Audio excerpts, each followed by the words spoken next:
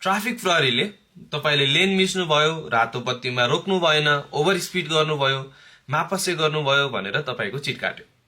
र त्यसरी त्यो ट्राफिक प्रहरीले गरेको निर्णय नै फाइनल हो त? त्यो निर्णय नै अन्तिम हो त? तपाईलाई चित्त नबुझ्दै पनि अब उले चिट काटिहाल्यो, जरिवाना तिर्नै पर्छ भन्ने हो त? खासमा त्यस्तो होइन।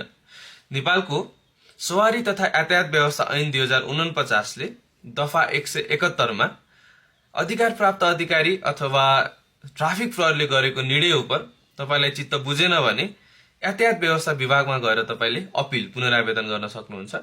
र इनकेस यातायात व्यवस्था विभागको पनि निर्णय तपाईलाई चित्त बुझेन भने उच्च अदालतमा गएर पुनरावेदन गर्न सक्ने व्यवस्था गरेको छ।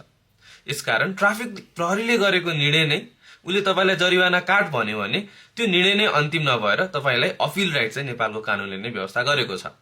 यसै सन्दर्भमा एउटा निर्णय नम्बर छ 10,018 नम्बरको एउटा नजिर छ। त्यो नजिरमा निवेदकले नेपालमा ट्राफिक प्रहरीको काम कर्तव्यलाई अझ व्यवस्थित गर्न अन्तर्राष्ट्रिय स्तरको बनाउनको लागि प्लस ट्राफिक प्रहरीले निर्णय गर्दाखेरिमा प्राकृतिक न्यायको सिद्धान्त अनुसार रिजन डिसिजन्सहरू दिने र सँगसँगै अपिल राइटहरूको व्यवस्था गर्नको लागि एउटा ट्राफिक अदालत गठन गरी पाऊँ, त्यसको लागि परमादेश जारी गरी पाऊँ भनेर निवेदन दायर गर्नुभएको थियो।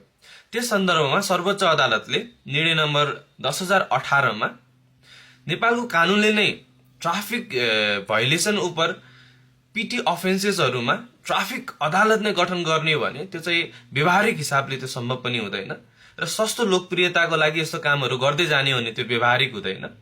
त्यसकारणले गर्दा नेपालको कानूनले नै अपिल गर्ने राइट दिइसकेको अवस्था र यस्ता पीटी अफेन्सेसहरुलाई छिटो छरितो रूपमा निरूपण गर्ने भएकाले ट्राफिक अदालत नै चाहिँ गठन गर्नु पर्दैन, तर ट्राफिकले गरेको निर्णय उपर चाहिँ तपाईले अपिल गर्न पाउनुहुन्छ भनेर चाहिँ एउटा नजिर नै स्थापित गरिसकेको अवस्था छ।